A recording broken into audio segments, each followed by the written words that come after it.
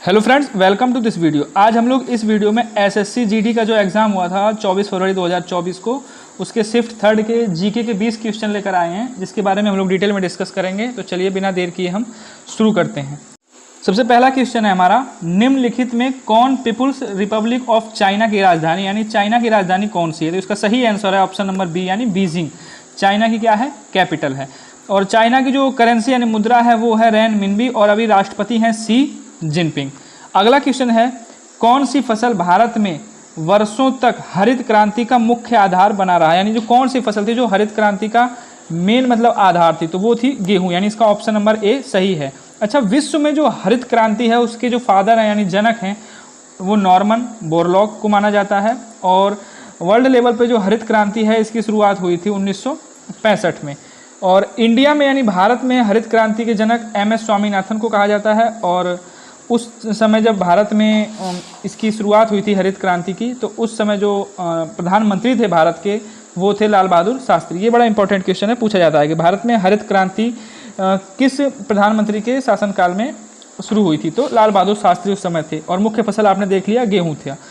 तो अगला क्वेश्चन देखते हैं हम, कपिल देव ने 1983 वर्ल्ड कप को किस स्टेडियम में उठाया था? यानी किस स्टेडियम में वो वर्ल्ड कप इन्होंने उठाया था? तो वो लॉर्ड्स स्टेडियम था जो लंदन में है। कपिल देव ने जो इंडिया 1983 में वर्ल्ड कप जीती थी तब। अगले क्वेश्चन की तरफ चलते हैं, पुष्कर ऊंट मेला निम्नलिखित में से किस राज्य से संबंधित है? जो पुष्कर ऊंट मेला है वो कौन से राज्य में लगता है? तो ये राजस्थान में लगता है, अजमेर डिस्ट्रिक्ट में।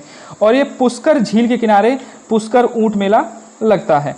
अगला क्वेश्चन है, अमजद अली खान कौन सा वाद्य यंत्र बजाते हैं? तो जो अमजद अली खान हैं इनको सरोद वाद्य यंत्र जो है इसके लिए फेमस हैं। और इनको पद्म भूषण मिला था 1989 में और पद्म विभूषण मिला था सन 2001 में। तो अमजद अली खान का संबंध है सरोद से। इनको पद्म भूषण मिला है 1989 में और विभूषण मिला है 2001 में।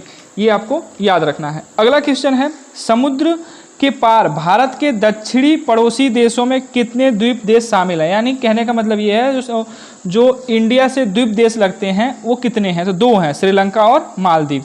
और जो स्थलीय सीमा बनाते हैं भारत के साथ वो कितने हैं? तो वो हैं 7।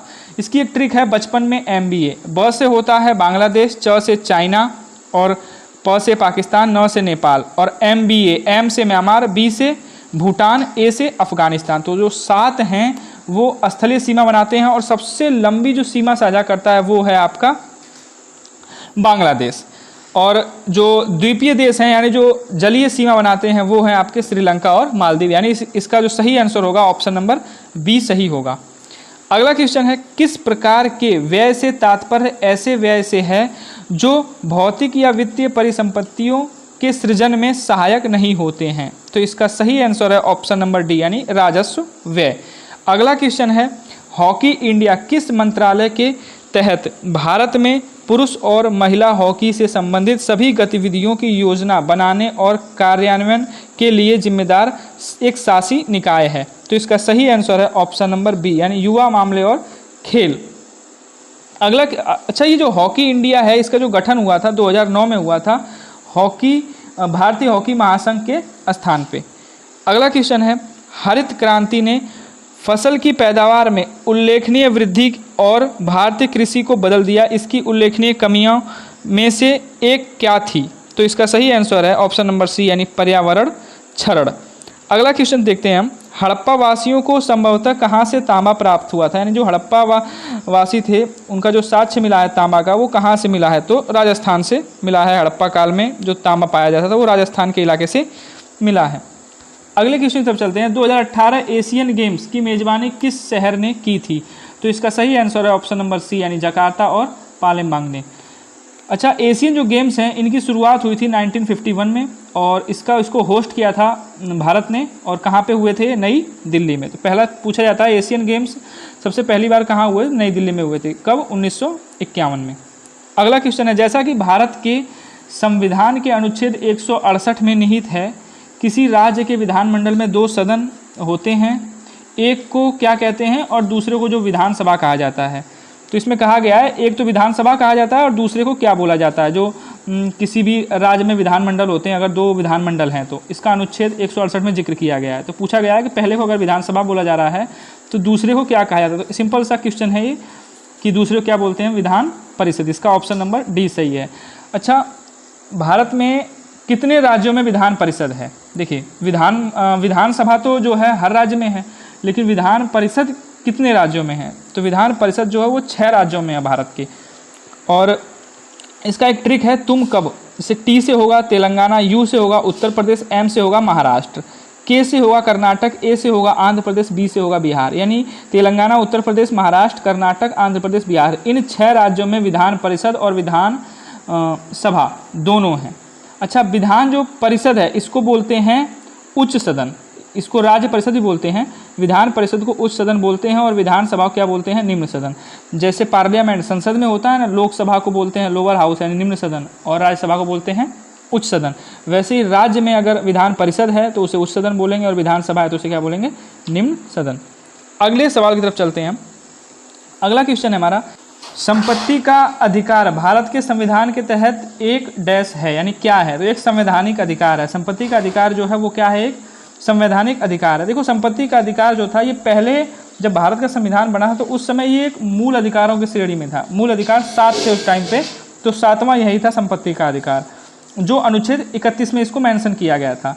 लेकिन बाद में 44वां संविधान संशोधन हुआ 1978 में, उसके तहत संवैधानिक इसको जो संपत्ति का अधिकार है इसको संवैधानिक अधिकार का दर्जा दिया गया और इसे अनुच्छेद 31 से हटाकर अनुच्छेद 300A में रख दिया गया। तो इसका ऑप्शन नंबर कौन सा सही होगा, ए सही होगा। अगला क्वेश्चन है हमारा, जून 2023 तक विश्व बैंक के कार्यकारी निदेशकों ने अजय बंगा को 5 साल के कार्यकाल के लिए विश्व बैंक के कौन से अध्यक्ष के रूप में चुना गया है। तो इनको अभी 14वें अध्यक्ष के रूप में चुना गया है। अगला क्वेश्चन है, इसका ऑप्शन नंबर ए सही होगा। अगला क्वेश्चन है, जून 2023 में वार्षिकी यूके इंडिया अवार्ड्स में global Indian icon of the year पुरस्कार किसे दिया गया है। तो इसका सही आंसर है ऑप्शन नंबर डी, यानी मैरी कॉम को। अच्छा, मैरी कॉम जो है ये किस खेल से संबंधित, मुक्केबाजी से संबंधित हैं और ये पहली महिला प्रथम भारतीय महिला हैं जिन्होंने मुक्केबाजी में ओलंपिक में मेडल जीता था, ब्रॉन्ज मेडल। तो पहली ओलंपिक में मेडल जीतने वाली मुक्केबाजी खेल में जो महिला हैं वो है कौन, मैरी कॉम। इनको पद्म विभूषण मिला था 2020 में और इनको राज्यसभा का सदस्य बनाया गया था 2016 में। अगला क्वेश्चन है हमारा कि कौन सा नृत्य आंध्र प्रदेश का एक कहानी कहने वाला शास्त्रीय नृत्य है। तो आंध्र प्रदेश का है कुचिपुड़ी। इसका ऑप्शन नंबर कौन सही होगा, डी सही होगा। अच्छा, शास्त्रीय नृत्य यानी क्लासिकल जो डांस है उनकी संख्या 8 है। अगला क्वेश्चन देखते हैं हम, भारत के निम्नलिखित में से किस नर्तक ने वर्ष 2018 में लोक और जनजातीय नृत्य के लिए संगीत नाटक अकादमी पुरस्कार जीता है। तो इसका ऑप्शन नंबर ए सही, यानी अर्जुन सिंह धुर्वे ने संगीत नाटक अकादमी पुरस्कार जीता है। अगला क्वेश्चन है कि पीवीजीटी का क्या मतलब, यानी इसका फुल फॉर्म क्या होगा पीवीजीटी का। तो इसका ऑप्शन नंबर सी सही है, इसका होगा पार्टिकुलरली वनरेबल ट्राइबल ग्रुप्स। अच्छा, ये पीवीजीटी है क्या। तो ये जो पीवीजीटी है ना, ये जो बजट 2023-24 आया था उसमें सरकार ने पीवीजीटी विकास मिशन की घोषणा की थी। इसका जो पर्पस था वो ये था कि सामाजिक और आर्थिक रूप से जो पिछड़े हुए हैं अनुसूचित जनजाति के लोग, उनके लिए लक्षित योजनाओं को लागू करना। तो पीवीजीटी का यहाँ पे फुल फॉर्म पूछा गया था, ये जो योजना एक बजट में मेंशन की थी। अगला क्वेश्चन है हमारा, आधुनिक आवर्त सारणी में जो 36 पंक्तियाँ होती हैं वो कितनी होती हैं, जिन्हें हम आवर्त भी कहते हैं। जो 36 पंक्तियाँ होती हैं उन्हें हम आवर्त कहते हैं। तो इनकी संख्या कितनी होती है, तो इनकी संख्या कितनी होती है, ऑप्शन नंबर सी सही होगा इसका, 7 इसकी 36 जो होते हैं आवर्त जो होते हैं वो कितने होते हैं, 7 होते हैं। अगला क्वेश्चन और लास्ट क्वेश्चन है हमारा, जलियांवाला बाग हत्याकांड के बारे में जानने पर किसने अपनी नाइटहुड की उपाधि त्याग दी थी। तो जलियांवाला जो बाग हत्याकांड हुआ था वो हुआ था 13 अप्रैल 1919 को।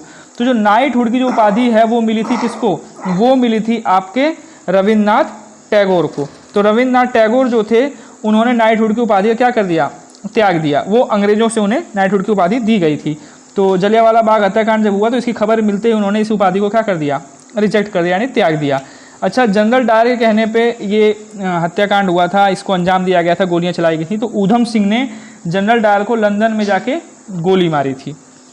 तो ये थे हमारे एसएससी जीडी के जो शिफ्ट थर्ड के जीके क्वेश्चन थे। 20 के 20 पूरे क्वेश्चन थे हमने जो 24 फरवरी 2024 को पूछे गए थे, जिसके बारे में हमने एनालिसिस किया। अगर आपको और भी किसी एग्ज़ाम के जो प्रीवियस ईयर के पेपर का अगर कोई भी एनालिसिस चाहिए तो आप कमेंट में बताना, हम जल्दी उस पर एक वीडियो लेकर आएंगे। मिलते हैं, तब तक के लिए best of luck. Thanks for watching this video.